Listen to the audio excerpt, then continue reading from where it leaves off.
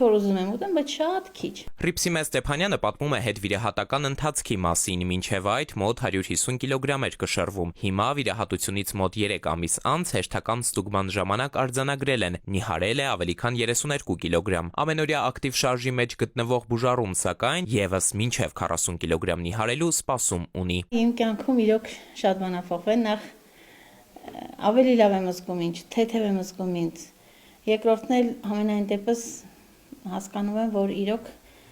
ավելի եմ սիրունացել, ասենց ասեմ։ Առողջապահության համաշխարհային կազմակերպության տվյալներով ներկա պահին աշխարհում 1 միլիարդից ավելի մարդ ճարպակալության խնդիր ունի, ընդ որում վերջին 30 տարիների ընթացքում ճարպակալածների թիվը մեծահասակների դեպքում կրկնակի, դեռահասների շրջանում եռակի է աճել։ Կտրուկ աճ մեր երկրում էլ է նկատվում 18-ից 69 տարեկան բնակչության գրեթե կեսի մոտ ավելցուկային քաշ եւ ճարպակալում կա, այն ավելի շատ է կանանց շրջանում։ Ամենահաճախ հանդիպող պատճառը դա ալիմենտարն է, այսինքն մեր ընդունված կալորիաների քանակը եւ ծախսված կալորիաների քանակը չեն համապատասխանում իրար։ Մենք ավելի շատ կալորիա ենք ընդունում, քան ծախսում ենք։ Ծննդային սխալ բալանսավորում, նստակյաց կյանք, սթրես, անքնություն, ճարպակալման պատճառների շարքն է շարունակում բժիշկը։ Ժամանակակից բժշկությունը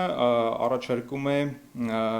մուլտիդիսցիպլինար մոտեցում ճարպակալման բուժման գործում, ընդհանրապես ճարպակալման բուժման մեջ պետք է ընդգրկված լինեն բազմաթիվ մասնագետներ, եւ վերջին տարիներին ճարպակալման բուժման մեջ ընդգրկվել են նաեւ վիրաբույժները,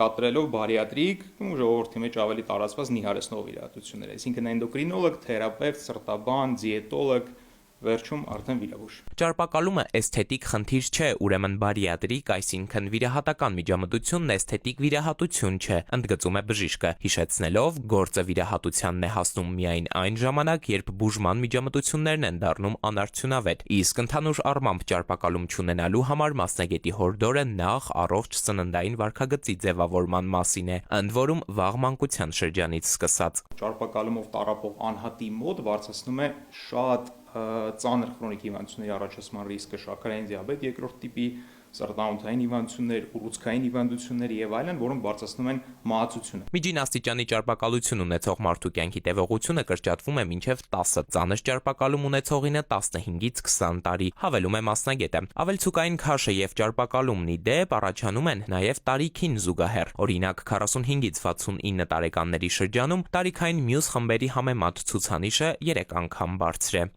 Էդուարդ Պողոսյան, Զոհրաբ Քարամյան, ժամը լրատվական։